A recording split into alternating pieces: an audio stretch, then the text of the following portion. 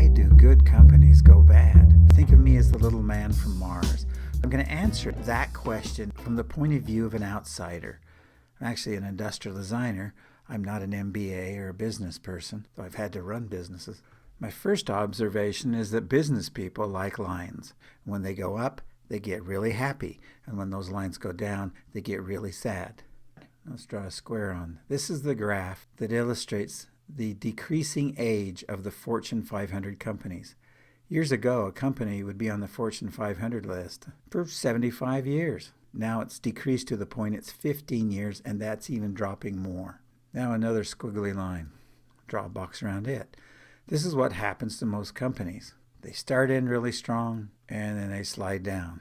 And some go down and go in the pit and go off the Fortune 500 list. Two of them I can think of are ones like Enron or Kodak. In Enron's case, a lot of the leaders ended up in jail. In Kodak, though they invented digital cameras, they ended up not being able to handle the future. Now, most organizations are pyramids, with the board or the CEO at top and vice presidents and on down to the workers at the very bottom. But what most people don't know is that these pyramids have wheels on them. They're vehicles, they travel. So there's one down, and here's one that goes up at the top. So we're going to talk about these two kinds of organizations, those that survive and those that don't. First person I'd like to talk about is Chris Argyris. Now, he's a professor at Harvard. He's done a lot of research on why organizations do what they do, and here's his statement. People consistently act inconsistently. Now, another way to interpret what Chris is saying is that people's behavior is often not consistent with their promoted beliefs. They have hidden beliefs that are driving their actions. Now, another person that's interesting is Lou Gerstner. He's the former head of IBM. I believe he was a chief executive at Nabisco, then American Express. Then he ended up running and saving IBM from being one of these companies that go bad. Here's his quote.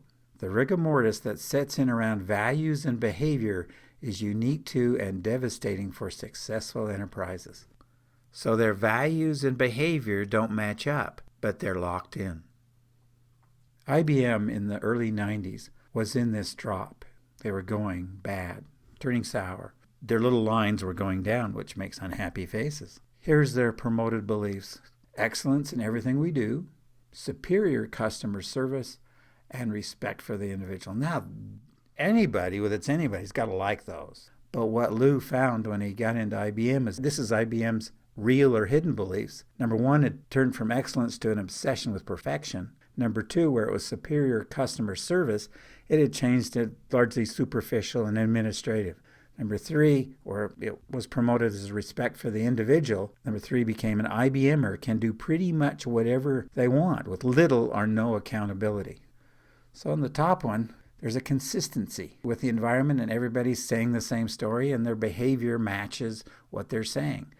But in the ones that are going down, there's the duplicity. They say one thing and do another. Which brings us to the final point of why I think good companies go bad. Organizational vehicles, which these organizations are, remember they got those little tiny wheels, get hijacked by personal agendas, which are denied that that's happening. That denial and that duplicity destroys a lot of good companies. I'm Kurt Hanks, and this is a Rapid Visual.